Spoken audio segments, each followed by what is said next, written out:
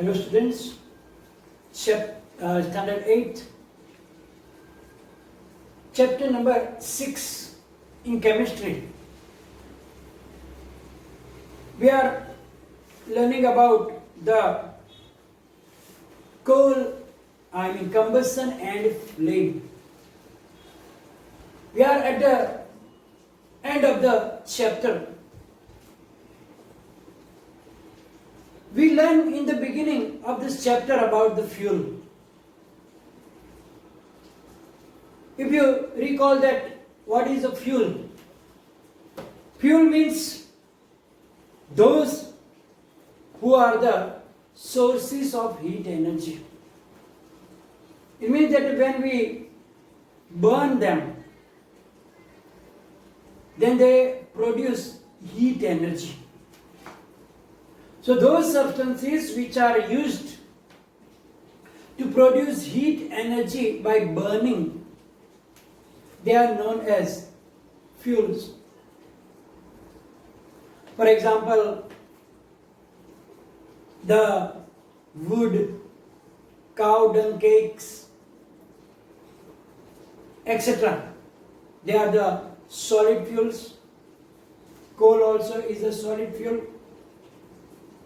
Similarly, petrol, diesel, which are used in the vehicles,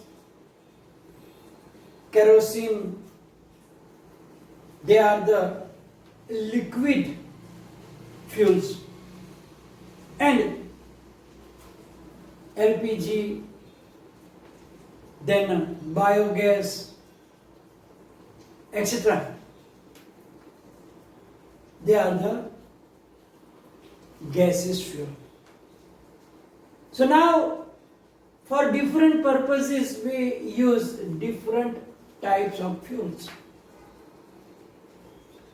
Now, sometimes we need a particular fuel. Now, here we are going to learn about that ideal fuel.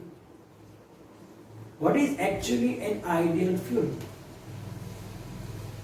Ideal fuel is that which contains the following characteristic that we are going to describe now. First thing is, which is readily available. It means that those fuels, whenever we need, at the same time they must be available. So readily available. Second thing, cheap in price. Means their cost should not be very high, so that everybody cannot use them. Because if it is very costly, the poor people cannot use them. So they must be cheap in price. Third thing requirement is, it burns easily in air at moderate rate. Moderate rate means not too fast, not too slow. Because if it is very fast burning, then it can cause fire, it can cause explosion, accidents can happen. And if it is very slow, then our work will not done properly. So it should burn easily in air with a moderate rate. Moderate means proper, not too high, not too slow. So that is the third thing required. Fourth, it provides a large amount of heat. It means that when we burn it, the fuel, it must give us heat energy which is in large amount. Because a little heat energy produced is not sufficient for some of the works that we want to do using that heat energy. So it must provide a large amount of heat. And the lastly thing, required is it does not leave any undesirable substances. It means that it should burn completely. No residue must be left behind after the combustion is finished, like no ashes, no harmful gases, etc. So if a fuel that we can get which contains all these qualities is known as ideal fuel.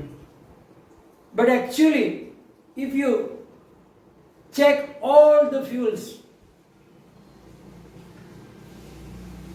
you will not get any fuel like that, which contains almost all characteristic of an ideal fuel. So, it is probably there is no fuel such like that, because any of them will be different there. If it is full satisfying three conditions, then one of them condition it cannot satisfy. So there is no fuel probably, most probably, up to now knowledge, maybe in future we don't know, but up to today there is no fuels which can be called as ideal fuel. But this is the characteristic that is required for the ideal fuel. Readily available, cheap in price, burns easily at moderate rate, provides large amount of heat, and does not leave any residue behind after the combustion is finished. So, now the fuel efficiency. How can we understand that the fuel is useful for the appropriate work? Because in some of the work we need more energy. In some of the work we need less heat energy. So we have to choose a particular fuel for particular work. We don't use petrol for cooking. So we don't use wood and coal to run our vehicles. Because for different types of work, we need the fuels which can be efficient for that particular work. And for that, we have to find out its efficiency. It means that how much heat energy they can produce. And that is known as calorific value. Calorific value of a fuel. So what is that? The amount of heat energy produced on complete combustion of 1 kilogram of fuel is known as calorific value. It means that we have to measure how much heat energy is produced by burning 1 kilogram of the fuel, and it should be completely combusted. So the amount of heat energy produced on complete combustion of 1 kilogram. So you have to take exactly 1 kilogram fuel.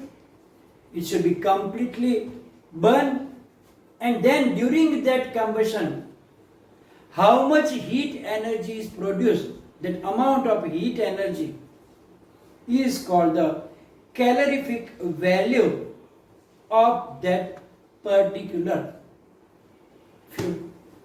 So suppose we take 1 kilogram wood, then there is some calculation that you will learn in higher standard, that how can we find the calorific value.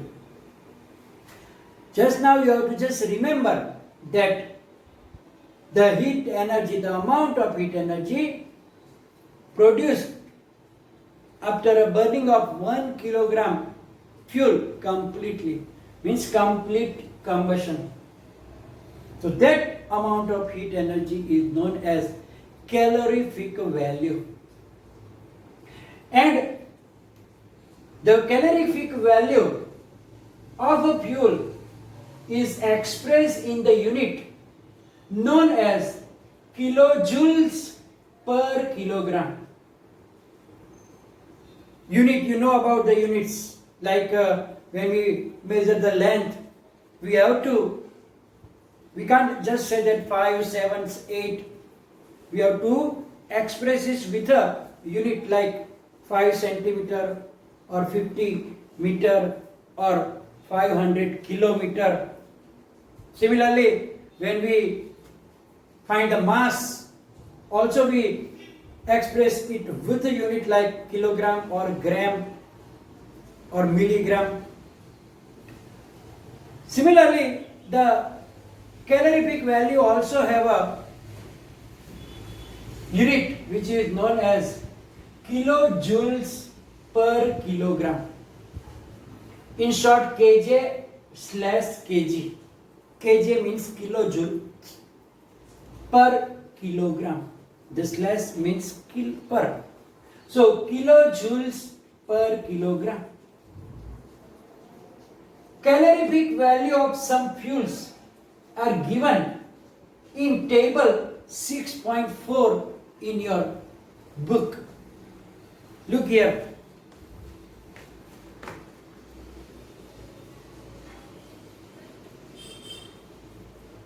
Actually, you don't have to memorize all of them. Just few of them, like which is the highest calorific value, which fuel has, that is the hydrogen. 1,50,000 kilojoule per kilogram. And the lowest calorific value is that of cow dung cake, which is between 6,000 to 8,000 kilojoule. Means there is a very, very low calorific value. And all this petrol, kerosene, diesel, and the methane gas, they actually petrol, kerosene, and diesel have the same calorific value of 45,000 kilojoule per kilogram. You will get that picture in your PDF file also. So, according to our requirement, we can use particular fuels according to that calorific value. Now, we learn about this in this chapter about the combustion. Generally, when we use that fossil fuels mean those fuels which are made from the living organisms when buried before millions of years ago, like trees and aquatic animals when buried. Now, burning of these fuels lead to harmful products also. So,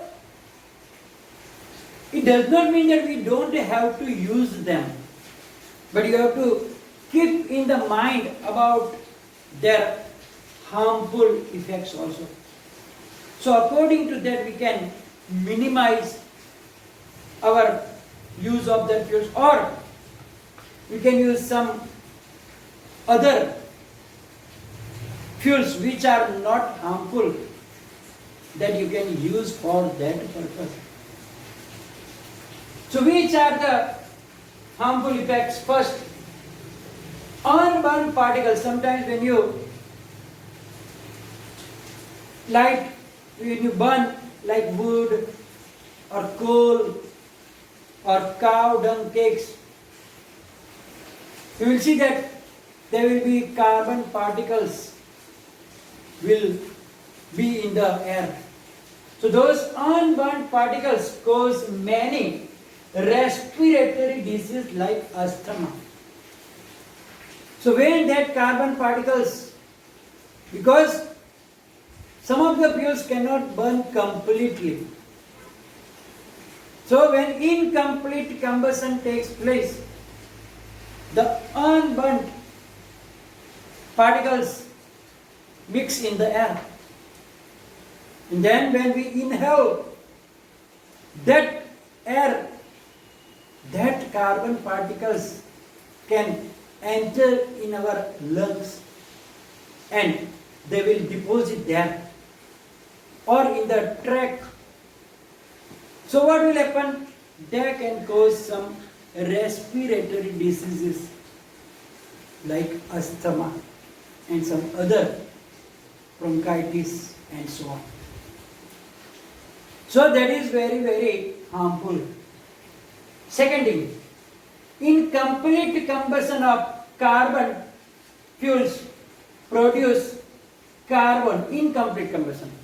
Incomplete combustion means when the supply of oxygen is not perfect, means insufficient supply of oxygen is there, then the carbon fuels like petrol, diesel, etc., they produce carbon monoxide gas, not carbon dioxide.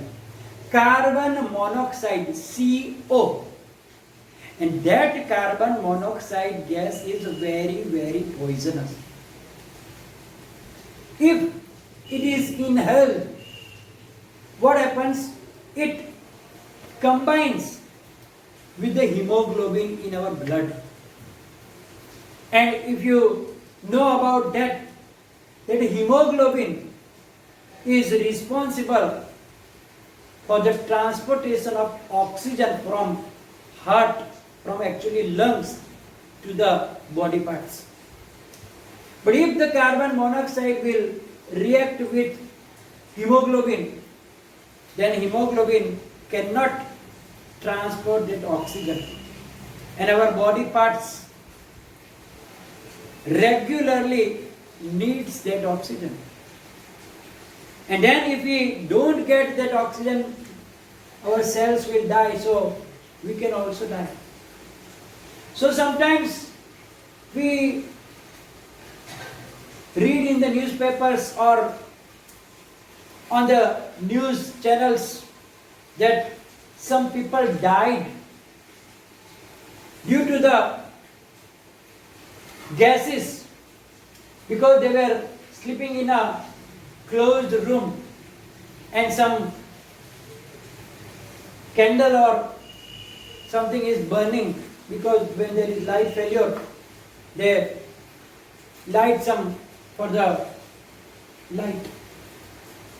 So in that time when the rooms are closed, insufficient oxygen will be there. So because of the incomplete combustion, carbon monoxide gas produced, and while they are sleeping, that can be inhaled, and then due to the suffocation, the people are dying.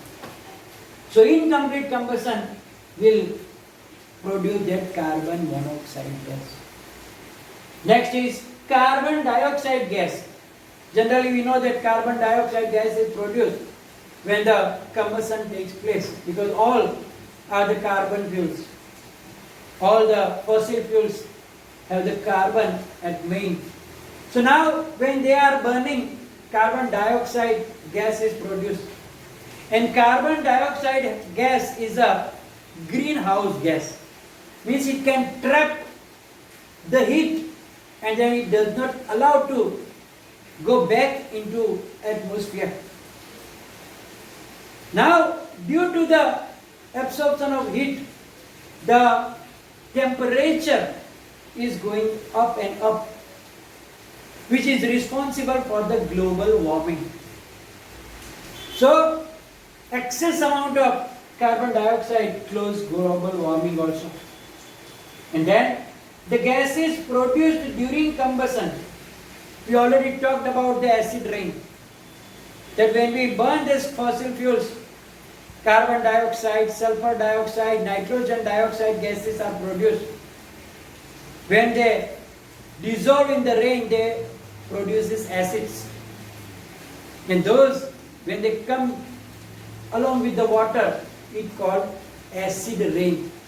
And we already talked about it, that acid rain is very, very harmful for the animals, plants, and some historical monuments also. So we have to be very careful while using these fossil fuels so that we can save the environment and we can save ourselves also.